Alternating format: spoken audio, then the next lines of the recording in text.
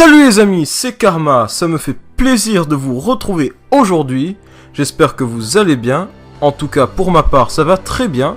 Et aujourd'hui nous allons parler zombies, et plus particulièrement ceux de l'univers The Walking Dead. Et par cette théorie que j'ai en tête depuis maintenant 2 ans, ouais ça commence à faire, je vais vous prouver qu'ils ne sont pas ce que vous croyez qu'ils sont, et vous dévoiler leur véritable nature. Donc, partons découvrir cet univers.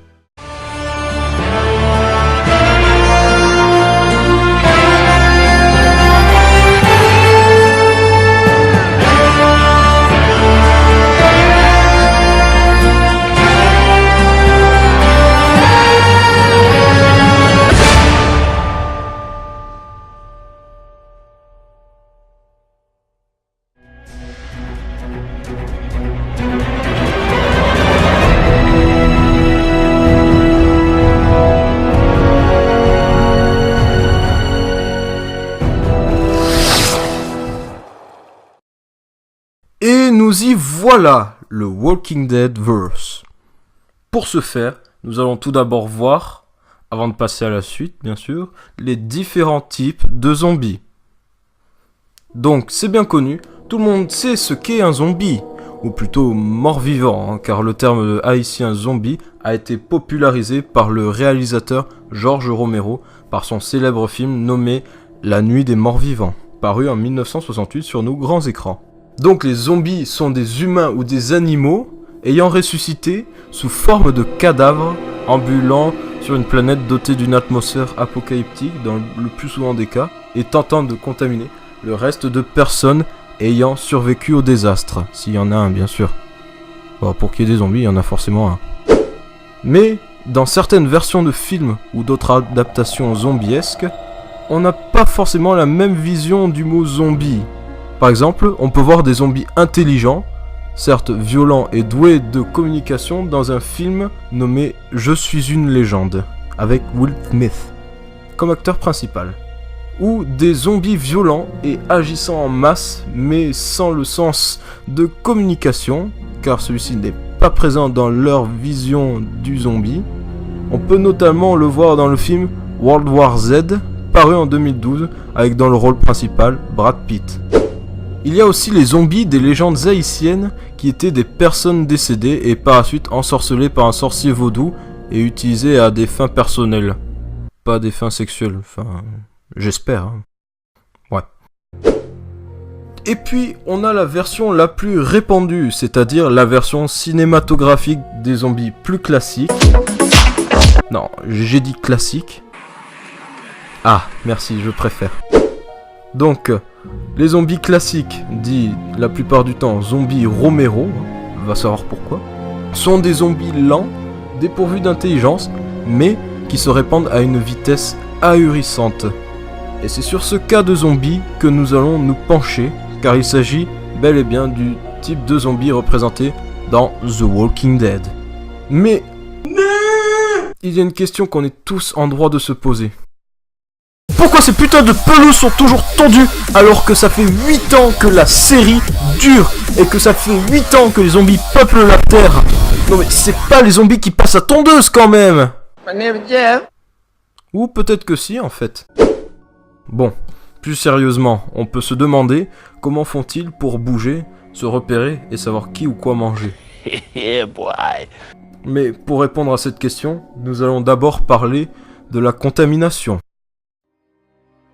Donc, nous savons que pour se transformer en zombie, il faut soit se faire mordre, être mort d'une certaine façon, ou que notre sang soit en contact avec celui d'un mort-vivant. Et toutes ces différentes voies à la contamination sont présentes dans The Walking Dead. Mais le truc qui est assez étrange est que dès qu'un personnage meurt, sauf s'il se prend une balle en pleine tête, en pleine tête, il est directement transformé en zombie. Mais pourquoi? Eh bien, parce que tous les survivants sont déjà contaminés. Je m'explique. Dès qu'un personnage meurt, on l'a bien vu, il se transforme en zombie. Il est donc logique que le virus soit de type volatile et que chaque seconde, chaque minute et chaque jour nos personnages préférés sont au contact de cette maladie. Mais, comment font-ils pour survivre? Eh bien, selon moi, il y a deux représentations types de la bactérie dans cet univers. D'un côté, les bactéries positives, aidant au bien-être de notre corps, on peut dire les anticorps. Et de l'autre côté, les bactéries négatives, celles du virus. Donc les bactéries négatives vont s'en prendre aux bactéries positives, car celles-ci sont attirées comme un aimant, étant donné qu'elles sont opposées l'une à l'autre, car l'une symbolise la vie et l'autre la mort. On peut donc imaginer ça comme un jeu de Tower Defense, car tant que les bactéries positives sont vivantes, elles peuvent défendre leur territoire, c'est-à-dire notre organisme, contre les bactéries négatives. Et c'est pour ça que dès que quelqu'un meurt dans The Walking Dead, il devient automatiquement un zombie, car du moment où on meurt, tout notre corps meurt, ainsi que notre système immunitaire. Et tous ceux qui ont regardé Il était une fois la vie le savent. Il n'y a donc plus rien à combattre pour les bactéries négatives, et ainsi, elles peuvent prendre le contrôle de notre corps. Mais après, comment font-elles pour nous contrôler ? Nous allons alors prendre un exemple venant tout droit de notre faune sauvage de l'Amazonie, les nématomorphes.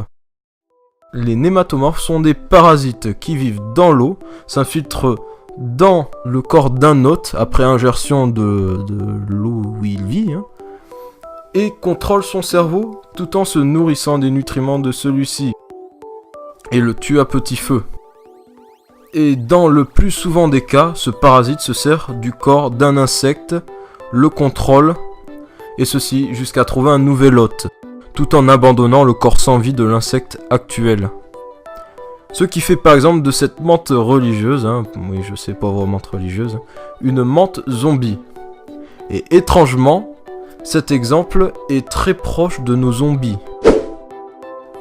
Et donc pour en revenir à notre sujet, tout en s'inspirant de l'exemple qu'on vient de voir, les bactéries négatives vont agir comme les nématomorphes et vont contrôler un corps par son cerveau. C'est donc pour ça que quand on tire une balle dans la tête de quelqu'un dans The Walking Dead, qui va pas se transformer, car en fait, la bactérie a besoin d'un cerveau en bon état pour utiliser le peu de connexions nerveuses restant dans le corps, pour ainsi se diriger vers un nouvel hôte encore vivant et ainsi se propager. Ah et j'oublie, on remarque aussi que les zombies sont souvent attirés par les bruits. Et l'explication est très simple. En fait, il s'agit que les bactéries négatives sont hyperacoustiques, ce qui veut dire qu'elles sont sensibles à certaines fréquences sonores et qu'elles vont donc être attirées par ces bruits et essayer de neutraliser la cause du problème si celle-ci est vivante, la contaminer. Ce qui veut dire que non, les zombies n'entendent pas, comme certains aiment le prétendre. No, God! No, God, please, no! No! No! No! Donc, qu'est-ce qu'on peut en conclure ? Eh bien, on peut en conclure que les zombies de The Walking Dead ne sont que des pantins. Pantins animés par un parasite volatile se démultipliant à chaque fois qu'il change d'hôte. Hôte qu'il arrive à manipuler en stimulant le cerveau de celui-ci pour pouvoir se déplacer et ainsi conquérir de nouveaux systèmes immunitaires, les nôtres donc, et ainsi propager le virus. Mais bon, malgré les preuves à l'appui, on aura toujours des personnes pour nous dire que cette espèce de zombie est vivante et qu'elle a besoin de manger pour survivre. Alors que ces zombies, complètement aveugles et décharnés, ne sont en réalité que des épaves. Épaves dans lesquelles des équipages de bactéries se développent et se préparent à nous aborder pour propager leur espèce et ainsi pour faire en sorte que celles-ci vivent. Voilà les amitos pour cette théorie qui, comme je l'ai dit au début de ma vidéo, me trotte quand même dans la tête parmi tant d'autres depuis 2 ans, ça commence à faire long quand même. Et ça me fait beaucoup de bien de pouvoir vous la partager. En tout cas, j'espère que celle-ci vous aura plu, et si c'est le cas, n'hésitez pas à partager, liker ma vidéo, et vous abonner à ma chaîne si vous voulez en voir encore plus sur d'autres sujets différents.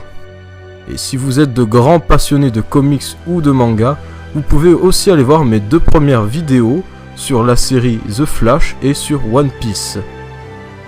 Et pour finir, bien que tout le monde ait son propre avis sur la chose, ce qui est très bien d'ailleurs, j'aimerais que vous me disiez dans vos commentaires quel est votre type de zombie préféré et quel film, série, roman ou jeu vidéo sur les morts vivants vous a le plus marqué. Sur ce, c'était Karma et on se retrouve très vite pour une prochaine théorie. Tchuss!